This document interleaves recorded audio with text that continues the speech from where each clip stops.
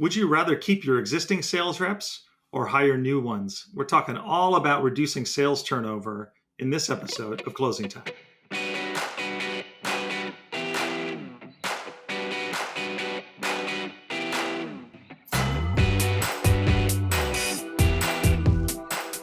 Hey everyone, my name is Chip House and I'm CMO at Insightly, and welcome to Closing Time, the show for go-to-market leaders. Today we're talking to Amy Volas. Amy is a strategic advisor and founder of Avenue Talent Partners. Welcome, Amy. Thank you for the warm welcome. It's good to be back. So obviously it's kind of been a hot topic ever since the pandemic and the Great Resignation, if you will. But I saw that in the sales field, the attrition rates are 2 times that of other jobs in the US anyway. Do you want to break that down for me? Why is that? In my mind, the reason why it is you have a mismatch of expectations. And the thing about sales is it is one of those functions that is not a one size fits all. It's not like my husband's a CPA and the work that a CPA does is really easy to understand. It's pretty specific and it's pretty universal. With sales, you have a lot of different kinds of sellers out there. So if you're inbound, if you're outbound, if you're an SDR, if you are mid-market, if you're enterprise, if you're global within the enterprise, it's like all these things. And even within enterprise, there's confusion about that. I've had plenty of conversations with people who are like, yeah, we're an enterprise. I'm like, so tell me more about that. And they're like, well, we do 30K proof of concept, and then the deal is 75K. I'm like, you're doing small deals with big companies. That's not enterprise. So there's this big lack of understanding what the actual function is. And I think then when folks go out and they hire, especially if you're not very experienced with sales hiring, it's like, oh, I need to go hire an account executive, or I need to go hire a sales leader, or I need to go hire an SDR. And then there's this deep eye roll of like, oh, I got to go do this process. So you know what I'm going to do? I'm going to go to the Google or the LinkedIn or wherever it might be. And I'm going to say SDR. And then I'm going to say B2B. And then I'm going to say SaaS. Oh my gosh, our biggest competitor, they're hiring too. I'm going to check out their job description.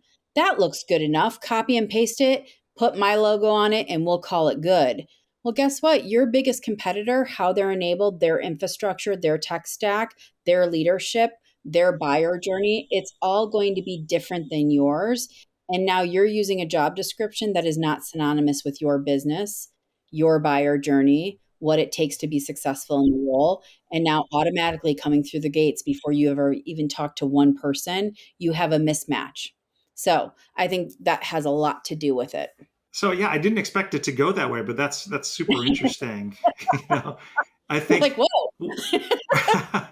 Well, one of the things that I think about, right, is onboarding, and especially onboarding post-pandemic via Zoom. It's just got to be a lot tougher. It seems like onboarding is getting more difficult, especially for sales reps that are in more technical and a SaaS space like ours, right? And so talk to me about that. Talk to me about onboarding a sales rep remotely. When you're talking about somebody that's remote, the human condition is I want to feel like I'm part of something, and I want to feel like I'm seen, I'm heard, I'm understood, I'm actually valued, and I'm validated. And so how do you do that in a remote setting? So step one, the second that the person is hired, have a checklist, an onboarding checklist of things that need to be done to make sure that on day one, they're not a lame duck sitting there twiddling their thumbs being like, I don't have any equipment. I don't know where anything sits. I don't know where anybody is. I don't know where to go for anything. So, day one, equipment is there and an agenda for what to expect. So, in this first week, this is what you're going to do. And you can take it in bite sized pieces. It doesn't have to be for the next 6 months. This is going to be all the stuff that you do. Also, I think people get really overwhelmed, and especially in earlier stage companies, or if you're a sales leader and you are really stretched, if you have way, way, way too many direct reports because you're growing faster than you can keep up and you're trying to hire a leader right now, but they're not there yet, have a buddy system, right? So, one of the things that I really like is coming through the door. I'm here. This is our cadence of communication. These are the things to expect for how we're going to work together, but also meet Chip over here. And Chip represents marketing, but Chip just started 6 months ahead of you, just went through the exact same thing, and is going to be able to help you understand what it's like to be in marketing, but also be new to the company at the same time. And now you have a comrade, so to speak, to go through this together. I also like office hours as a leader. So every week I have time dedicated. Anybody can drop in and ask me anything, and it's not formal, it's just super casual. I also like small micro lunch and learns. So, me as a leader, I'm going to have lunch with like two people on the team, and we're just going to kick it and we're going to talk about whatever. And that makes people feel like they're part of something. They also get to know other people. And I'm going to be very purposeful about who I invite to that lunch. And it's going to be people that aren't best buds, but it's going to help people get to know each other cross functionally or across the sales team so that they don't feel like they're on an island. Also, there is Slack and there are all these other things. But I think when it's just like, well, we have Slack, here are the channels, go join one, they don't have the use case or the context of that. It's our job to be their North Star of guiding them. No, that makes great sense. And when you think about it, it's just like, what would you have done for yourself, right? If it's a perfect world. Absolutely. Okay, so it's the personalized touch is important as part of onboarding to a great experience, so you can help keep your sales reps around. So obviously, one thing that's also happened pandemic wise is there's been a bit of inflation, maybe wage inflation. We know inflation in general, right? Some wage inflation, I assume also in the sales profession. And so talk to me about comp specifically, and what you need to think about when you're building a comp plan and structuring it for your team. What works, what doesn't work. I mean, what's new. So I am a big fan of there are levers that you can pull. And depending on the demands of your business and what your go to market strategy is and who you're doing business with, right? So, how I'm going to design a comp plan for, let's call it super complex enterprise sales versus a high velocity SMB motion, those are very different things. And my philosophy on this is incentivize the behavior that you want to see.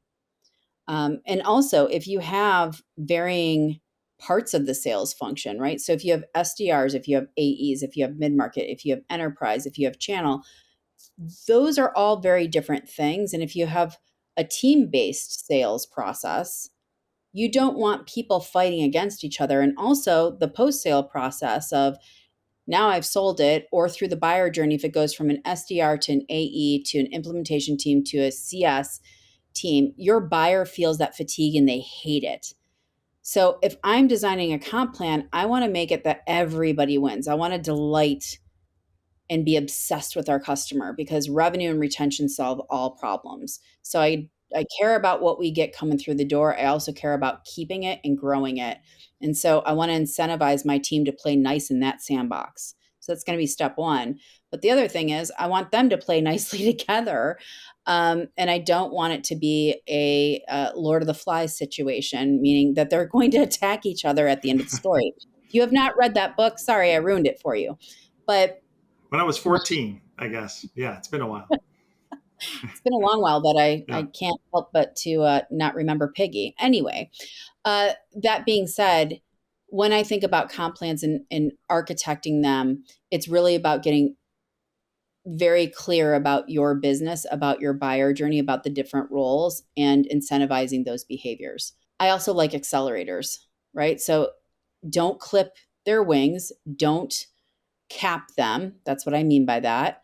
Um, and if they're reaching for the stars and they're overachieving, you're doing well as well. You just need to understand what your cost of doing business is and then backing that in. So, what's your CAC? These are where the KPIs come into play and backing that up accordingly.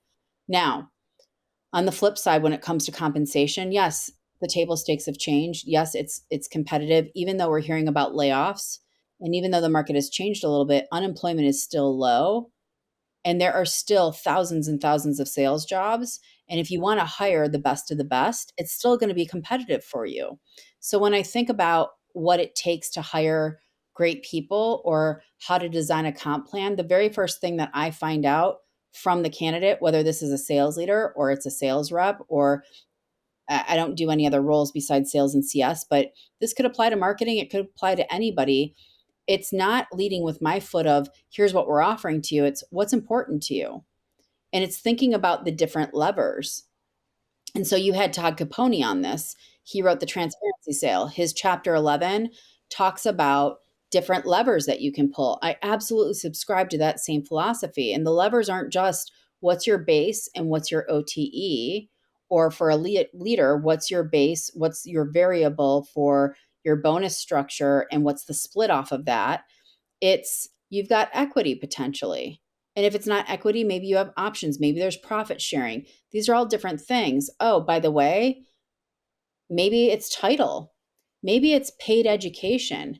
Maybe it's giving me support with a mentor, a coach. So keep in mind, it's not just what you think about in terms of the obvious that is just cash comp or variable comp or the options or the title. There are all these other things. And so all you have to do is show up and say what's important to you and note that down.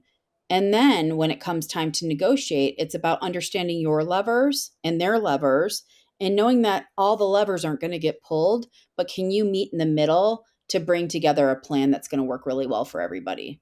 Makes good sense. And I think it still seems competitive to me out there right now. I mean, Insightly has roles open for AEs, and we obviously want to do the best we can and hire some great people, and so that can take a while. So, talk to me. So, when you find a great candidate, right, and you want to move forward and get to the point where you want to make an offer, kind of what are the best practices for the offer itself, the timing, the follow up, and that will ensure the highest success rate.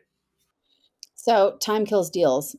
And that offer process is the same thing. So if you know that you want to make an offer, even if you don't have all the details flushed out because you're dealing with your CFO or you're dealing with HR, communicate that, right? So no response is a response. If you don't communicate and they're at the end and you've put them through a rigorous hiring process and they were excited about you and they thought that they got the job, but you haven't communicated that your intention is to give them the offer, they're going to start telling themselves stories against you, not for you. As much as I'd love to tell everybody, please give people the benefit of the doubt and seek to understand and ask the question of what happens next, most people don't do that. And then what happens is if they're interviewing in other places and if I'm good, I have other options in a good market or in a bad market. That's just how it works. So if all of a sudden another company that I've been interviewing with, and maybe I don't like them as much as you, but at that 11th hour, they show up in a beautiful way and they meet me where I am and they're communicating with me and they give me an offer that meets me not only where I am, but better than where I am, you've lost me. So communication is the first thing of here's our intention, here's what's going to happen next. So it's mapping that out. It's the exact same thing. So hiring and sales, they are not dissimilar. So the same thing that happens right as you are negotiating a complex contract, all of that communication, over communication, agenda setting, proactive communication, making sure that the right people are in the right places, doing the right things and orchestrating that, that is going to happen here. It's also confirming what you've heard from them. So these are the things that you told me that are important to you and having a discussion around what you're presenting. Because I do believe this. If you are not a hell yes, then you are a hell no. I believe in that adage greatly. I do not offer jobs and I do not expect my clients to offer jobs to people that are willy nilly, that are wet noodles. I just don't. If you're window shopping, I'm not interested in that. I want people that are excited about what we are doing, what we represent, and they're leaning in. And we've communicated every step of the way to understand not just the work and can they do it and they want to do it and what they're excited about, but what it takes to snag them into the role from an overall package perspective. And that shouldn't be a conversation that waits till the 11th hour. That should be something that's done every step of the way so that when I'm presenting the offer, it's merely a conversation. It's not an icky, emotional filled debate that goes south and now everyone's feeling bad. It's also why I'm going to shamelessly plug myself. My company has a 98% offer acceptance ratio because we don't roll that way. Well, I mean, and you should be good at it because you're a good salesperson and you've taught teams to sell, right? And so time kills all deals. If it's not hell yes, it's hell no. I mean, great stuff there, Amy. Any other final thoughts that you want to leave us with? Communicate early and often. That's it. Cool. Well, you heard it first here, folks. Amy Volas, thanks again. Chip, you're welcome. Thank you for having me. And thanks to all of you for joining us on this episode of Closing Time. Make sure you click subscribe, then tick the bell so you don't miss any episodes. And we'll see you next time.